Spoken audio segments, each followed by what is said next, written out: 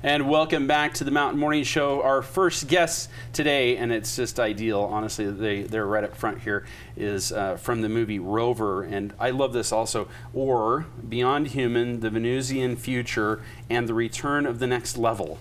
That's quite a lot to say. To help me say it is Tony Blod, who is the writer-director, and Matthew Thurm, who is the producer. Welcome, gentlemen, to the show. Good morning. Yeah, thanks for having us. Thanks for having us. How close is the spaceship for us to get out of this place? I mean, when will we be rescued, so to speak? Mine leaves tomorrow. Is that right? Yeah. Unfortunately, you got to see the film, but we smashed the spaceship. I guess you see that in the trailer. Yeah, you see it in the trailer, which is, yeah, it's regrettable, I know. Yeah. Well, I have to obviously point out to people who are not familiar, but this has some truth to it, this film. I didn't know that these folks had thought about making a movie as well, but tell me a little bit about the people that we're talking about here. Yeah, it's loosely based on the Heaven's Gate cult out of San Diego in the 90s. They had been shopping around an idea for a film to Hollywood, and there's this very bizarre YouTube video of them holding up a poster of this film called Beyond Human, and that's sort of how we came up with this long title. They tried according to the cult leaders, they shopped it around to Hollywood, didn't get picked up, but was very close. And for those people who are not familiar with this cult, they were, as I understand it, they were waiting for a spaceship that was hidden behind an asteroid, or I should say a comet, I think it was, yeah, that was heading towards Earth.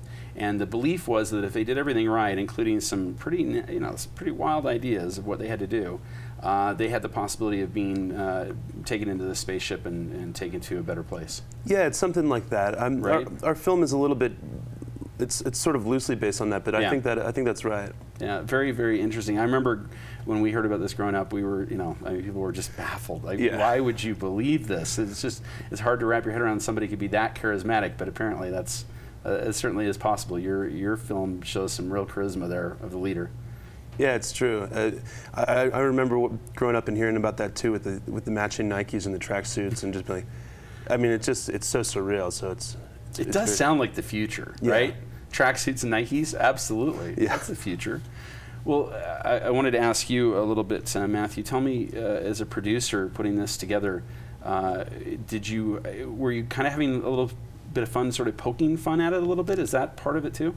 Well, I mean, I think from the production angle, what was really interesting about this was sort of the backstory. I mean, the movie is really fun, but the circumstances in which it was made are almost as fun. Yeah. Where Tony was living in an abandoned church, essentially, with a friend of his, or a few friends, and they leased it from a real estate development company that had designs to turn it into 100 condominiums. Really? And while they were waiting for plans to clear, Tony and his friends took it over, turned it into artist studios and artist event space.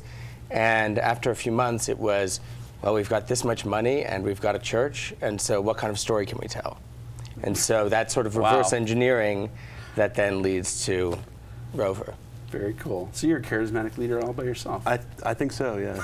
Excellent. Well, we've got the trailer queued up, so let's take a look at Rover, Beyond Human, Venusian, and or the Venusian Future, and the Return of the Next Level. Say all that. Tongue twister. Here it is.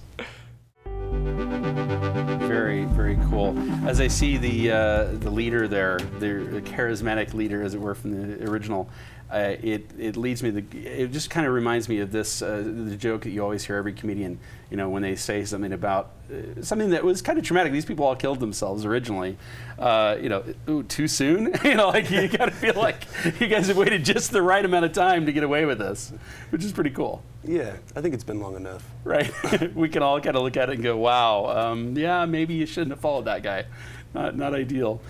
Tell me a little bit about the work with the actors and what have you. Were they? I'm assuming this was a fun set.